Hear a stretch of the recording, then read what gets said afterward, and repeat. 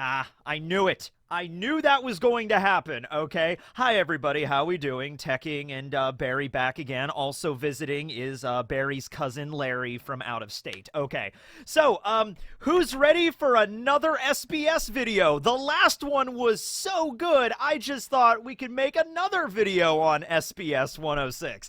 All right, so yesterday, or rather the day before yesterday, I read SBS 106 over on the subreddit, the One Piece subreddit, and I'm looking through everything, and I'm like, yeah, there's probably enough stuff here to make a video, but I also was thinking, like, it does look a little sparse, though. Like, that probably isn't every single question in the SBS, but it's probably the most pertinent ones. And it's like, so I went to bed, woke up, made the video yesterday, and I'm like, I know what's gonna happen. I'm gonna make this video, and then as soon as I'm done with the video, new information is gonna, yep, and that's what happened. So I looked at that, and I'm like, all right. Now, to be fair, it's nothing that's, like, really crazy. It's nothing, like, insane information. Like, all we got is some extra information about the G14 Marine base. I know, that was pulse pounding. Everyone was, like, really waiting for that one. We got, this is something actually probably the most interesting, because I remember talking about this not too long ago. The Straw Hats, like, which ones would do best in a drinking contest. So I don't remember what video it was in, but I don't think it was that long ago. Maybe it was a live stream I did, where I was talking about who I think would win in a drinking contest, and now that showed up in an SBS. So this is a very weirdly specific SBS. I don't know. We find out who's more popular with the ladies, Shanks or Ben Beckman, and that's pretty much it. That's pretty much it. So I'll go into some extra information about this today. Why not? I'm also going to read some of the comments that you guys sent me last time, because, you know, we can now do it, since we're doing a follow-up video, might as well address some of the comments in the last video. That should be fun, right? And I think we could squeeze another video out of this. One Piece is on this massive break, so I'll take whatever content I can get. All right. So first and foremost, new information. There was a question, another one regarding Green Bull. So there was the question talking about his sense of justice, which, by the way, can be read in one way as deadly justice, but I saw another translation of that as determined justice. Either way, it kind of, you know, resolves the same thing. It goes back to the Rakugo play that is the inspiration for the tattoos on his chest, the kanji, right? Double death at Death River of Death, right? But there was another question about Green Bull, and it was, wait a second, remember back at the Reverie when Green Bull was technically first introduced? I mean, he was completely cloaked in silhouette, but when he was speaking to Fujitora, he mentions that he was fasting, like he had not eaten anything for like 3 years, and he says, I would only eat if a beautiful woman were to feed me, okay? And so the question was, well, wait, hold on a second, since he has the power of the Mori Mori no Mi, the Logia, the forest fruit, does that mean he can survive via photosynthesis like plants do? Like, he doesn't actually need to physically eat food? And Oda just said, yup. Yep, that's right. You got it. Which, once again, I don't think it was really that much of a crazy piece of information. The real crazy thing about, not Fujitora, the real crazy thing about Aramaki's ability is that he can apparently clone himself, where he can, like, plant a seed in the ground and then, like, another Aramaki could grow. So can he clone himself, like, and make an army of Aramakis, or does he only do that when he wants to, like, regrow himself? Like, did Momonosuke actually kill Aramaki with the attack? But it doesn't matter, because as long as any remnant of his plant life is around, another Aramaki can just sprout forth from the earth. That's a broken Logia. It really is. And he even kind of said as much. He was like, you know, my power is the power of Mother Nature itself. You lose, okay? So, you know, mad props to Momonosuke, though. Also, mad props to Morley for holding back Aramaki during Reverie at Marijois. I guess Aramaki was also holding back, but, yeah, there's that there. He survives via photosynthesis, which makes sense, and it's really convenient, if nothing else. You know, eating is such a chore. You know, eating and drinking. I guess as long as he has a source of water and sunlight, he's set. He's good. He doesn't need to eat anything. I'm sure he still probably could if he wanted to. He just doesn't have to. do. All right. So that was that. Next up, there was a question regarding Brook, and it was just like how all the other Straw Hats, Oda drew in 20 years from now. What are the Straw Hats going to look like? And then 40 years, and he draws 4 images of them. Like, what would happen to Luffy at age 40 and then age 60 in a good universe where everything goes perfect, and then a bad universe where everything goes horrible, like the other Straw Hats would all die or something like that, right? And so I think I don't know if we tackled Jinbei. No, we don't have Jinbei's yet. We did Luffy, Zoro, Nami, Usopp, Sanji, Chopper, Robin, Frankie, and yeah, the only Straw Hats left that he has not drawn in that way in the future were Jinbei, which I'm sure is going to happen at some point, and Brook. And one of the fans felt sorry for Brook, so they asked Oda, hey, can you just... I know what the joke is going to be, but... could you include Brook anyway? And so Oda's like, yeah, sure. Here's Brook at age 110 in the good universe. Here he is at age 130 in the good universe. Here he is at 110 in the bad universe. And then finally, most startling at all, here's Brook at age 130 in the bad universe. Oh my God, Brook, what happened to you? Don't worry, everybody. The bad universe is not going to happen. Brook is safe. Brook is good. Although that does also bring up another question, and this is a question I always love to talk about. I've made a whole video once on Brook's body, because Brook's body is truly an abomination in the mortal plane of existence. He is literally...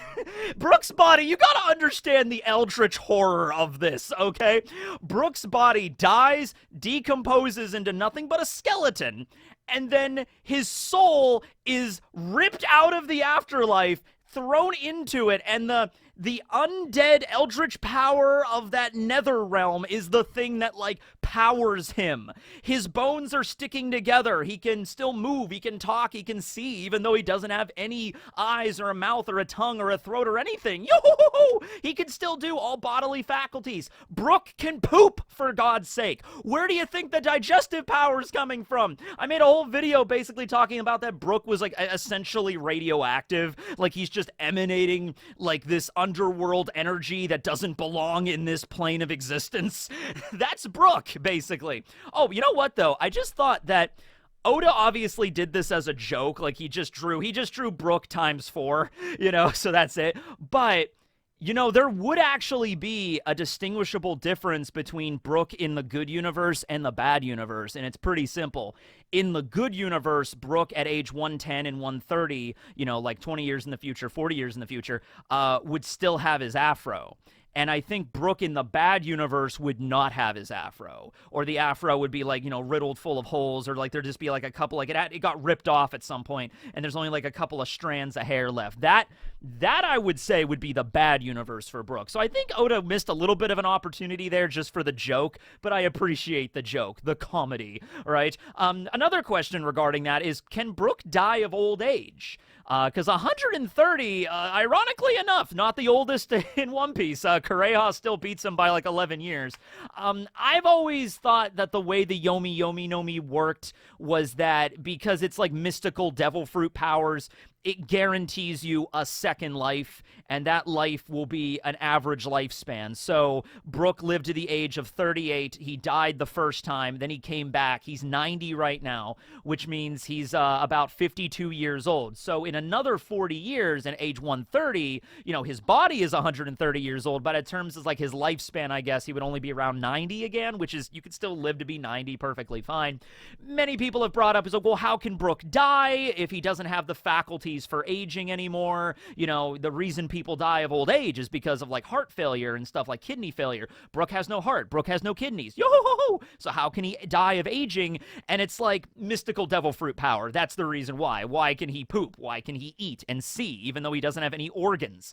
The reason for it is mystical devil fruit power, and if the mystical devil fruit power says all right, tell you what, you'll live another 100 years after you eat the fruit. After you come back, you'll have a guaranteed 100 years, no matter what shape your body's in. But after the 100 years, you die, just natural causes. That's how it works, even if it doesn't make any sense. Power goes away, you die, and then the yomi yomi nomi recirculates. Okay, that's at least the way I'm imagining it, because it only guarantees a second life, not, immortality, which is like another devil fruit. That's the op fruit that kind of does that, or eternal youth. That's, that's other stuff altogether. You can also look at the hobby nomi as kind of like the eternal youth devil fruit, yeah, that's the way I think the Brooks fruit works. G14 base, pretty quick. This is just a nice little thing that Oda added. So if you look at the base here, and this is the base that Doll, best girl, waifu, girl boss Doll is the vice admiral at, and you also saw members of Sword hanging out there and kind of mingling. More notably, this was the place that Tashigi and Smoker brought the kids, the kidnapped children from Punk Hazard. They brought them to this marine base, which is very close to Egghead. And so Vegapunk came over and, pays regular doctor visits to the children and makes sure they're okay, and is developing an antidote for all of Caesar's drug experimentation and everything like that. However, you could see like some balloons hanging off to the side of the base, and that's something that doesn't really belong in a marine base. I always assumed they were for like weather research or something, like weather balloons or something. But no, it was actually because Doll knew that like, oh, the children are going to be staying here for a while. She felt like, hey, a marine base, it can be kind of rough and tumble, especially since this is the new world. The kids might be kind of scared. They might be kind of intimidated by this like big looming marine base. So Doll specifically ordered her men to go and hang balloons just to make it a little bit more like inviting, let's get some giant balloons and paint them like polka dots and funny colors and maybe a smiley face or something and put them up, just to make the kids feel a little bit more at home so they're not very intimidated by the scary marine base, especially since they just came, from Punk Hazard, which was like, filled with like government research labs and everything, very cold and unfeeling. I guess there was the biscuit room, but that also wasn't that fun at the end of the day. It was basically the room for drug experiments on kidnapped children. So yeah, Doll, I appreciate the thought, the effort of like, hey, let's hang up some balloons, something for the kids. Okay, there you go. Then we get to the drinking contest question, all right? And I cannot for the life of me remember what video it was. Somebody maybe check that out and let me know. But it was a video I made recently. I don't think it was a live stream, where I did talk about, like, oh, which Straw Hats would be best at a drinking contest. And I think I said it was going to be either Zoro or Nami that would be number one. Everyone immediately would want to go to Zoro because Zoro is like, the drinking expert. But remember, Nami could hold her liquor pretty damn well at Whiskey Peak, and Oda factors that in. But I also remember, this is why I know I talked about this before recently, because I remember there were a decent number of comments. It might have been Vasco Shot's Glug Glug Fruit video. It might have been that one. But I remember there was a decent number of comments that were saying, hey, don't knock out Jinbei. Don't just ignore Jinbei here, because Jinbei, he drinks as well. He's like a Yakuza boss kind of guy. He knows how to handle his sake.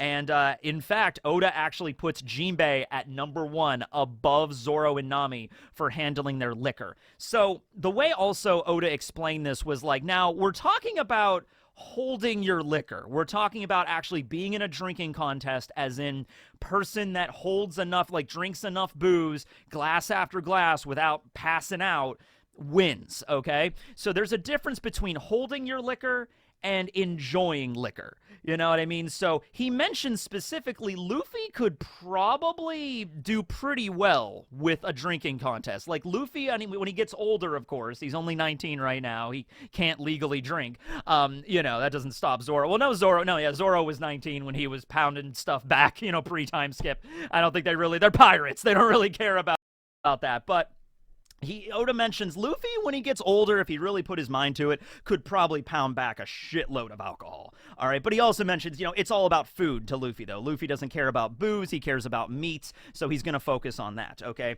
So in terms of a straight-up drinking competition, I honestly would have liked Oda to also write down how many, drinks that, they won by. Like, Jinbei wins after pounding back 52 of them, nonstop, and Zoro was at 48, Nami was at 46, or something like that. That would have been cool, but he doesn't. Jinbei's number one, Zoro's number two, Nami's number three. We all could have kind of assumed that. Number four, actually surprising, Frankie.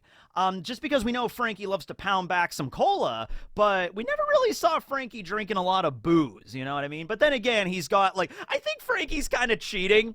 Dude literally has a refrigerator in his stomach. He's got extra space, okay? Even that, honestly, though, even with cheating, technically, he still comes in 4th place. So there it goes. Maybe he only gets 4th place because of the fridge.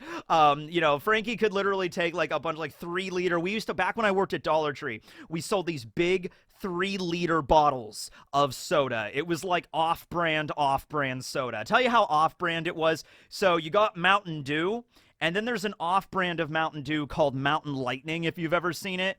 And then the kind we sold at Dollar Tree in the big 3-liter bottles was just called Mountain. Like, that was the flavor. We had cola, orange, mountain. Mountain was the flavor. They didn't even go like mountain rain or mountain water or something. No, it was just mountain. People will understand what it means. Mountain is a flavor now. Okay, there he goes. But yeah, so Frankie could just fill up his fridge with those liter bottles and then just pound back his bunch of booze and then just get filled up and he's good. He's not even drunk yet.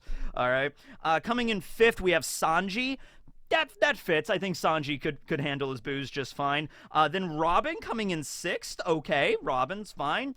Brook at 7th. At this point, it starts getting, I think, into like with Robin onward, like the realm of, yeah, they could probably handle their liquor a little bit, but they just don't like the flavor of it. They don't like the taste of liquor, you know, because Robin and Brook are definitely more for tea and, like, coffee, okay? They're not really into, like, drinking a lot of, like, Robin does not wake up and just drink, like, straight whiskey or something like that. I could see that with Zorro, all right? I could see Zorro just getting up in the morning and just going to do his morning workout and drinking alcohol. I know that doesn't work well for staying hydrated, but it's Zorro. It works for him, okay? Yeah. So, yeah, I could see that. But Robin, Brook, they really enjoy coffee and tea. Then we get Usopp coming in 8th place. I don't see Usopp being really interested in drinking. Usopp seems to me like the guy, like, if the Straw Hats are all hanging out drinking, maybe Usopp will have, like, 1 beer. Or, you know, maybe something flavored or maybe a couple sips of something. I think Usopp would drink kind of like I do, where I've never been drunk in my entire life,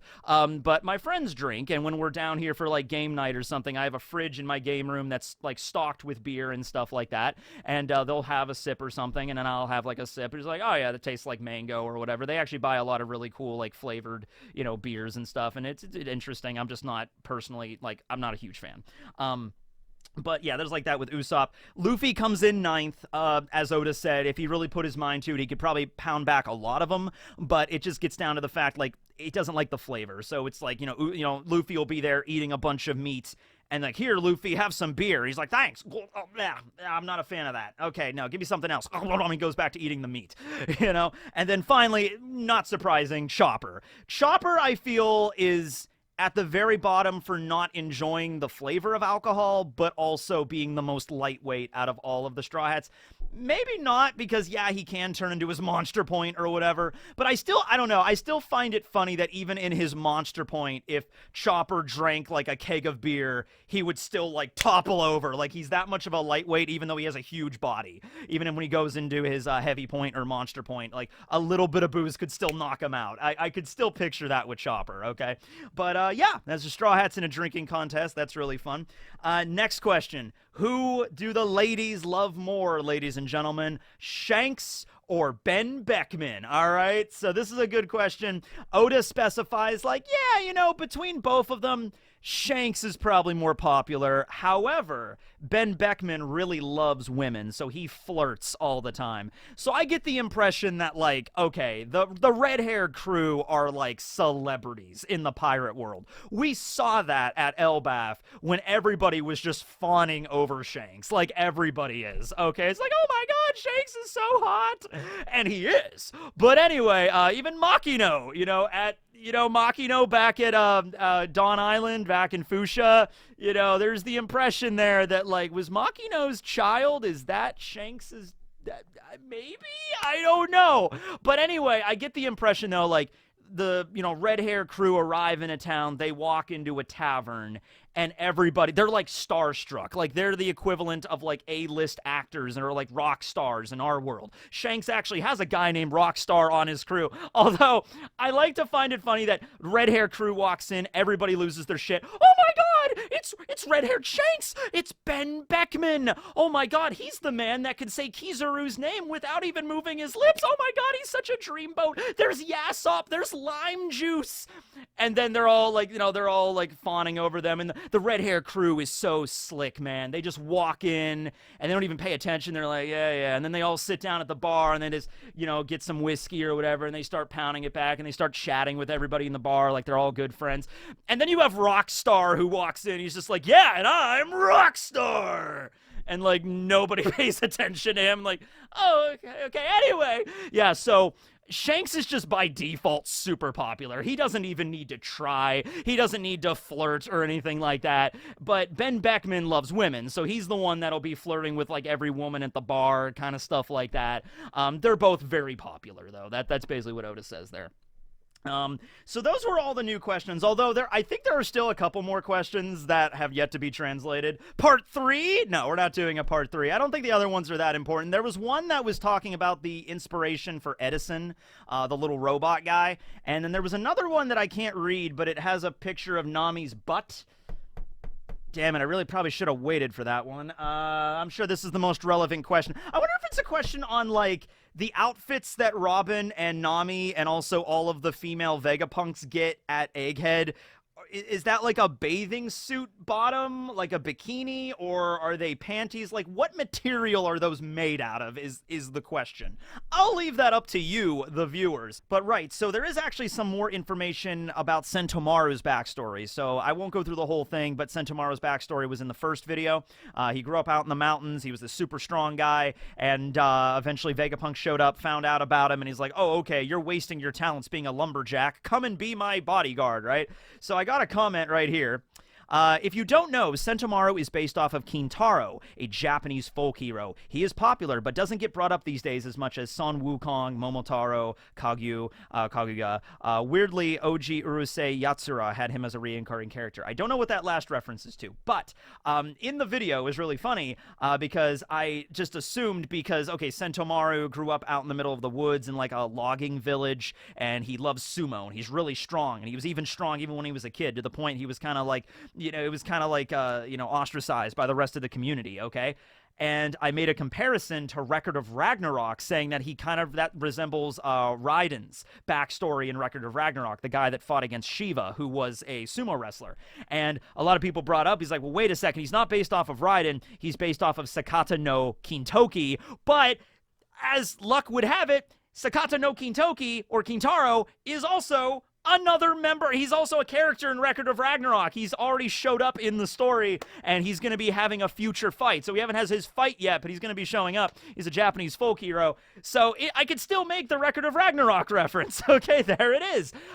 But yeah, it's actually very obvious if you look into it that, yeah, Sentomaru is very clearly based off of Kintaro. Also, his name, though, Sentomaru, I think is written like Momotaro. So there's like a reference there as well. And of course, Momotaro and, his quest to fight against the demons of Onigashima is also referenced very overtly during Wano with Momonosuke, okay? Who, achieves the help of a phoenix or a pheasant in the original story, and a dog and a monkey, I believe. And so you have the Koma Inu, and you also have the big monkey, or I guess the big monkey, like the baboon that we see at the beginning of Wano, but also Luffy as a monkey as well. So there you go, right? But there's one comment, so thank you very much to John Maxwell. What's another comment we have here? I love this one. Oh God, I really wish I would have. Huge missed opportunity that Fujitora does not prescribe to blind justice. Oh my God, that would have been perfect, right? Like, yeah. Also, here's something else based off of that. It was humane justice in the Vivre card and then honorable justice in the SBS. But as Sadie mentions here, that the kanji that's used, the way it's written, can come out as humanity and justice, virtue, duty, moral code, honor. So it's kind of the same thing, like humane justice and honorable justice. I just like to think that Isho probably has his own personal code of honor and ethics that he likes to follow. And like altruism is on there too. Not that much different from T-Bone, except T-Bone took it way more further. But yeah, moving back to this one, huge missed opportunity that Fujitora isn't blind justice. Oda could have really ran in the pun with that one, couldn't he? So, the origin of that blind justice is, well, number one, the idea that justice should be, non-biased or objective. It should be objective and not biased. It should just be, okay, this person, regardless of who the person is, should be judged for their crimes fairly and justly, okay? And that's the reason why the image of Lady Justice has a blindfold over her. And this image is actually based off of a of Law and Order, who's Themis. Okay, so that's where that comes from there. I also, if anybody's a fan of Key and Peele, I remember it was the Marbles sketch where, they're like, oh, yeah, you were talking about justice is a dumb, blind old lady. And it's like, yes, no, she's not dumb, but she is blind. So that's where the origin of that comes from. And you know what? The idea of that does kind of fit Fujitora. The idea that justice is blind, it doesn't matter who the individual is. If they are guilty of wrongdoings, they should be, fairly and justly convicted for those wrongdoings. So regardless of Doflamingo, like Fujitora would not care that Doflamingo is a celestial dragon, or he's gotten, blackmailed the Tenryubito, or, whatever, to get his way into the warlords or whatever. He's manipulating everybody. Doesn't matter who he is, doesn't matter his status. He did very, very bad things and deserves to be punished for those very bad things. So blind justice honestly does kind of fit Fujitora, and he is blind. So there's the pun. It could have worked so well. I'm also kicking myself for not thinking of that joke. So way to go, Dylan. I'm sure you're not the first person to think of the blind justice joke, but still, it's funny. Okay. Well, anywho, I think that works for SBS 106 Part 2. Catch you back here next time for when we find out the question revolving around Nami's panties. Yeah. Also, I am going to go into whale facts. I just haven't gotten around to it yet, but somebody did send me an intro for whale facts, so I have that all ready to go. We're nearing the end. I just have to get through a couple more of these. I get all the way to Y, and then I stop. There was an author, Sue Grafton. Anybody know Sue Grafton? Sue Grafton was a mystery author. Okay, and I think she started in the 1980s, like the early 80s, late 70s. And you've probably seen them before. They were books that were like, A is for asphyxiation, B is for bludgeoning, C is for crime. So she started that mystery crime novel series back in like the 80s and went through the whole damn alphabet and then got to the letter Y, and then she died. She passed away. But can you imagine writing this series like you're just going to start with A, B, C, D, E, F, G, H, I, J, K, L, M, N, O, P, Q, R, S, T, U, V, W, X, Y. That was a Nick Cage reference. But then you get to the end, and he's like, letter Y, I'm almost done with my life's work, and then you die. Oh, so, yeah, that's unfortunate. Well, that's not going to happen to animal facts, though. We're getting to Z, damn it. We're going to get to zebra facts if I have to climb Mount Everest, I'm getting to zebra facts, okay? Thanks for watching, everybody. Teching signing out. Bye.